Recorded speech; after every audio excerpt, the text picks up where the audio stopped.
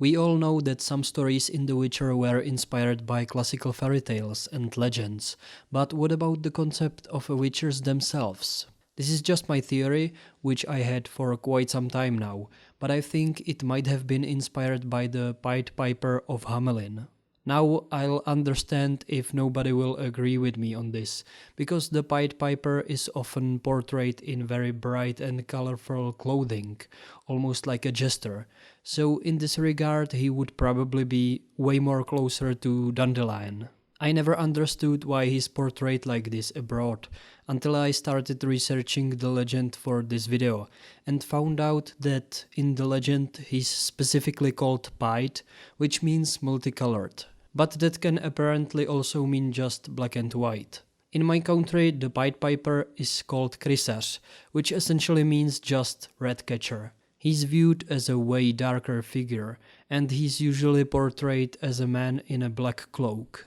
And this look actually fits him better in my humble opinion, because it's his job to be in contact with rats a lot. Rats are pretty firmly associated with plague, especially in the medieval times. And do you know how plague doctors have this dark and menacing presence associated with them? I think it matches the Piper as well. Even the legend has pretty dark undertones. If you don't know it, the long story short is that in medieval Germany there was this city called Hamelin, which had a problem with rats, because they were everywhere. Fortunately, the Pied Piper arrives, offering his services, and he strikes a deal with the city council that he will get rid of the rats for 1,000 gold coins. So he goes, and as he plays his flute, rats are following him outside the city and into the river, where they'll drown. The Piper then goes back to collect his reward, but the city councilor refuses to pay him, so he storms off. On St. John and Paul's Day, while the adults are in church, the Piper returns playing his pipe. In doing so, he attracts the town's children. 130 children follow him out of the town and into a cave, after which they are never seen again. Depending on the version, at most 3 children remained behind. One was lame and could not follow quickly enough. The second was deaf and therefore could not hear the music, and the last was blind and therefore unable to see where he was going. These 3 informed the adults of what had happened when they came out from church. In our Czech version by Viktor Dyk, the Piper attracts everybody from Hamelin with his tune, and he kills them in the same way he killed the rats, by leading them to a cliff above the river and letting them jump off and drown.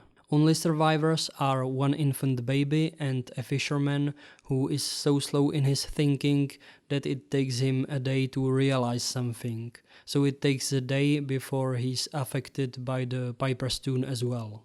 And the only thing that pulls him out from the trance is the crying of the hungry infant baby, which ultimately saves his life. Now about the similarities between the Pied Piper and the Witcher. They are both exterminators of vermin.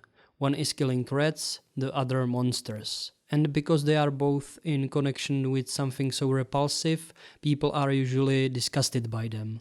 But they are also afraid of them because of their power and what they do as a job. This reminds me of how tanners were viewed in history, for example. They had to work with urine to remove the hair from skins and hides. And I don't know how true this is, but it is often mentioned in stories that they smelled bad even after work, so nobody wanted to hang out with them. And this was pretty similar with executioners. From what I've heard, it was a well-paid job, but nobody wanted to talk to them outside of their work when they were eating or drinking in a tavern or something like that.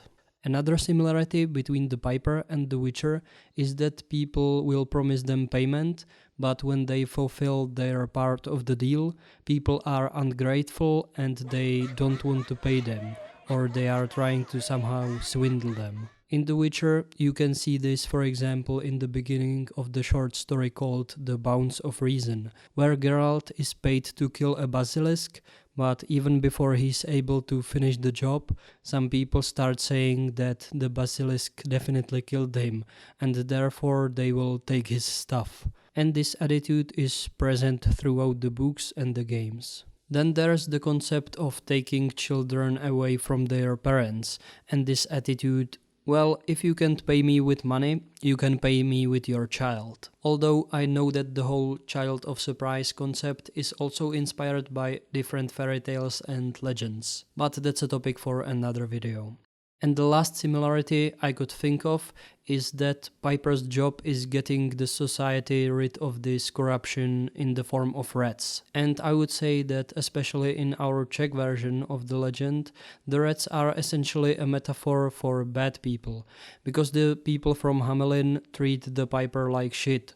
So in the end he kills them in the same way as he did with the rats, because everyone in the town is somehow corrupted, and only 2 innocent souls survive. And in our animated adaptation of this legend, people even start to see each other as rats when Piper starts playing his flute for the last time. In The Witcher, this idea that people are sometimes the real monsters is oftentimes present as well. What are you doing? Killing monsters.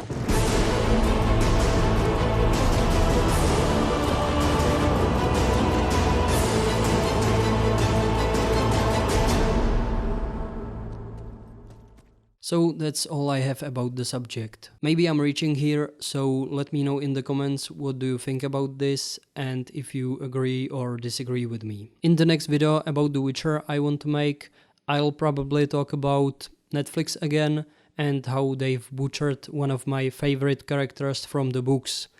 But I have it planned for next month, so bear with me please.